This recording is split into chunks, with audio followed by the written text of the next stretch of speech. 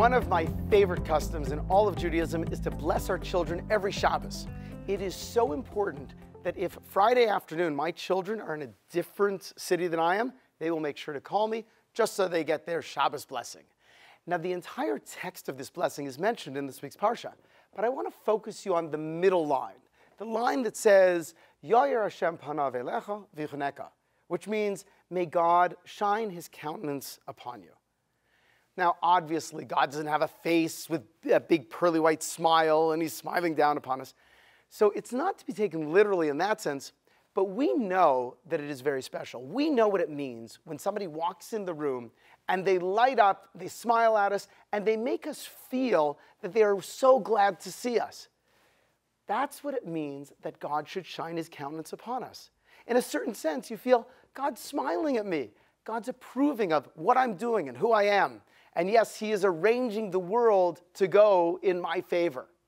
Now, it's one thing to give this blessing to others. It's another thing to learn how to effectuate this blessing down upon ourselves. Yes, there is a way that you can bring this blessing down upon yourself. There's a spiritual law. It's called midah keneged midah, measure for measure. In other words, the way we treat the Almighty's children, that's how God treats us. So if you want the Almighty to smile upon you, you start smiling more upon the Almighty's children.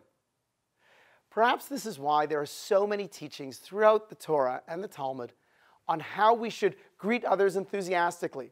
One of my favorites is when we are told, B'maktim l'shalom kol adam, to actually greet everyone first with a smile. Don't wait for other people to come over to you and say hello. No, you go over to them and you say hello. How are you doing? There's another teaching that we should greet everyone b'sever panim v'yafos. There's three aspects to this. Sever means enthusiastically, with emotion. Panim, face to face.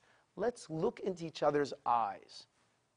And yafos, make your face beautiful with a great smile.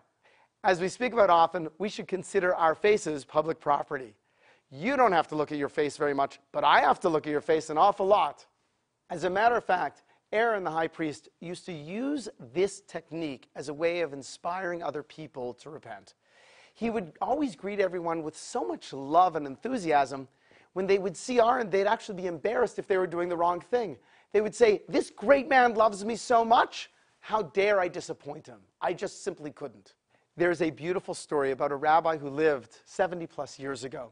Every morning when he would go to prayer services, rather than take the direct route, he would always take a circuitous route. It would take him an extra 20 minutes or so to get to synagogue. On his way, he would say hello to everyone. He'd bless them, good morning. Some people were Jewish, some people were not Jewish, but it would not make any difference to him. When his students asked him why he took the long route, he would always respond, why should I give up the opportunity to bless these people with a wonderful day?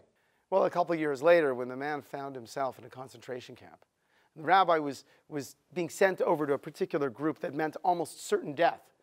There was one guard that went over, took the rabbi to the side, put him in another group, and actually slipped some food into his pocket.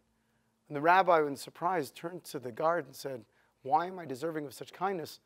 The guard said, because every morning, Rabbi, you used to walk by where I worked, and you blessed us every morning with a good morning. You know, one of the very few things in life that we are certain of is we do not know where life will take us. And you never know who you are smiling upon. And you never know what kind of smiles that will bring back to you from the Almighty. I'm Rabbi Yitz, Wyne, with the Israeli Las Vegas.